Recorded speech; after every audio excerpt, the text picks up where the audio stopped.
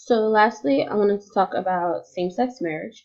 It was Massachusetts was the first state to allow same-sex marriage.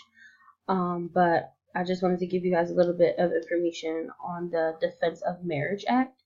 It was a law signed by President Clinton in 1996. But what happened was is that in 2013, the Supreme Court overruled that law um, because that law kind of prevented states from recognizing and offering federal benefits to couples who were in same-sex marriages. However, in 2013, the Supreme Court overruled and said that states that recognize same-sex marriage, sorry, states that offer same-sex marriage or that recognize same-sex marriage also have to recognize and offer federal benefits to those families as well. And then I just want to talk to you a little bit about the different services that are available for LGBT youth. One of the first things that I want to recognize is the Trevor Project. The Trevor Project is like the suicide hotline. It's a hotline for anyone who is in the LGBT community. And it's just like, it's just a hotline that they can use. And then the next three resources are all kind of located in Philadelphia. The second one is Bread and Roses Community Fund. It's a nonprofit organization that gives scholarship money to students who identify as LGBT, and it kind of helps support them in pursuing their dreams once they graduate from high school.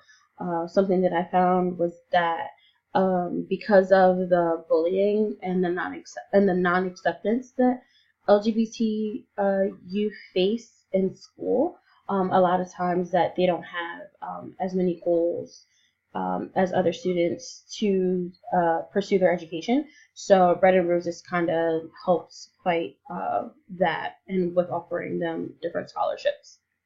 And then the Mazzoni Center, also located in Philadelphia, and it's a healthcare service for students, for adolescents, I should say, who identify as LGBT.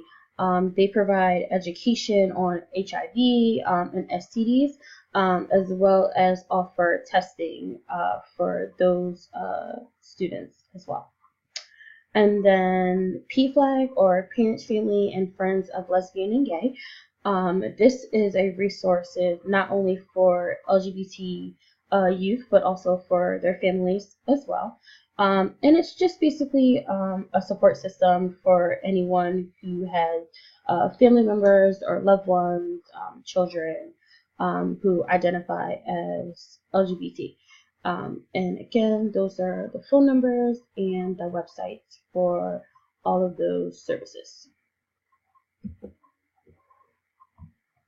So some of the micro level interventions for LGBT are the Wyman's Teen Outreach Program. This is actually from the California Evidence-Based resource that we had got, I think like the first week of class. And this resource kind of, it's not made specifically for LGBT, but what I found was that the program can adapt to address the needs of LGBT. But some of their goals are to improve social, emotional, and life skills, support the positive development of their self, strengthen connection to others, and improve academic outcomes and decrease risky behaviors. And I think when I looked at it on the website, it had like a scientific rating of like 3, which is pretty good. And then the next resource is the Valley Youth House. I love Valley Youth House. I've used it for many clients in the past. Specifically, the Valley Youth House in Philadelphia has a Pride program. And what it does is it helps address the needs of homeless youth, of homeless LGBT youth. And they kind of like help get them in housing where they'll be supported either with like foster parents or adoptive parents who kind of like are knowledgeable of LGBT, and like just connecting them to the different resources that they might not have because they're homeless. And then the last resource is the Attic Youth Center.